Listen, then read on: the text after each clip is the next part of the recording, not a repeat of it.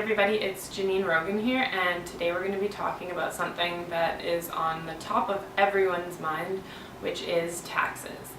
Now, I'm a tax specialist during the day, which means I get to page through this wonderful book. This thing is like 5,000 pages, and the pages are paper thin, so you probably don't want to have to sit down and try and understand what's going on in this book.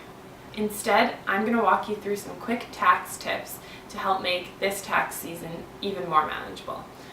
By now, you should have received all of your tax slips, including your T3s, which were mailed out on March 31st. To start, you'll want to collect all of your tax documents, including any T-slips, donations, medical expenses, public transit.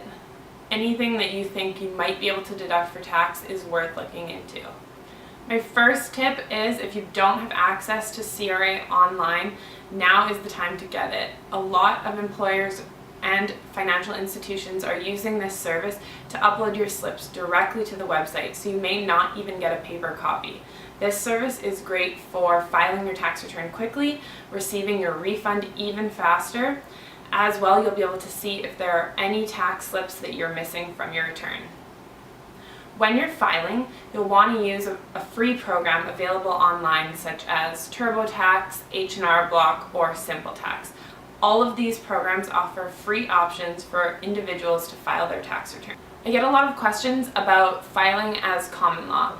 Here in Alberta, you have to be living with your spouse for 3.5 years to be considered common law. However, this is provincial law, which doesn't apply when you're filing your taxes. If you've been living with your significant other for 12 consecutive months, you are considered common law and you need to update your status with the CRA and file accordingly. Unfortunately, this isn't optional, so if you hit that 12-month period, you are legally required to file as common law with the CRA. This means you could get less government assistance, as your household income will be taken into account when calculating these benefits. Next, your RRSPs are a great tool that you can use at tax time to lower how much tax you're paying. If you've contributed to your RRSP in 2016 or the first 60 days of 2017, you can use this contribution on your tax return. However, if you are a student or not making very much income, it might be in your best interest to defer taking that deduction until a year where you make more income. You don't have to use your RRSP contributions in the year that you make them. You can carry them forward until the age of 71. So using them in a year where you are in a higher income tax bracket is more beneficial for you personally.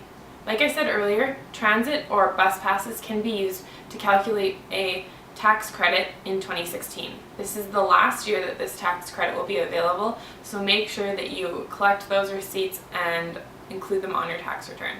Medical expenses are another opportunity to claim a tax credit for individuals that have incurred expenses themselves. If your insurance company has paid for these expenses, you're not eligible to deduct them on your return. However, if you paid for these expenses out of pocket, you may be eligible for a tax credit. With medical expenses, a tax credit is only available if you meet a certain threshold. You can claim your medical expenses for any 12-month period that ends in 2016. So this means you could go from June 2015 to June 2016 and claim all the medical expenses in that 12-month period. However, the threshold for medical expenses is $2,237 or 3% of your net income. If you're below that threshold, you can't claim a medical expense on your tax return.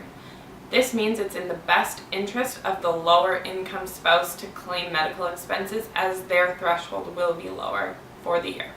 And last but certainly not least, for all of you out there side hustling and making income on the side, you really need to make sure that you're claiming this on your tax return. If you're making tips from a bar or a restaurant, it's important to include those in other income on line 104 of your tax return. If you're an entrepreneur or a sole proprietor, you want to look to Schedule 2125 to start including income and deducting expenses for your business income. That being said, these have to be actual business expenses that were incurred to earn income, so unfortunately you can't just go around buying things personally and claiming them on your tax returns. Hopefully that helps make tax season a little bit easier for you guys. It is very simple to file your tax return using those 3 programs I listed earlier. I also have a free downloadable guide on my website that will help you get all of your tax information together and make filing a breeze, so please do check it out. If you have any questions pertaining to tax or really anything finance related, please shoot me an email or leave a comment in the comment section below. I hope this video made tax season a little bit easier to digest, and I'd love for you to give this video a thumbs up and subscribe to my channel.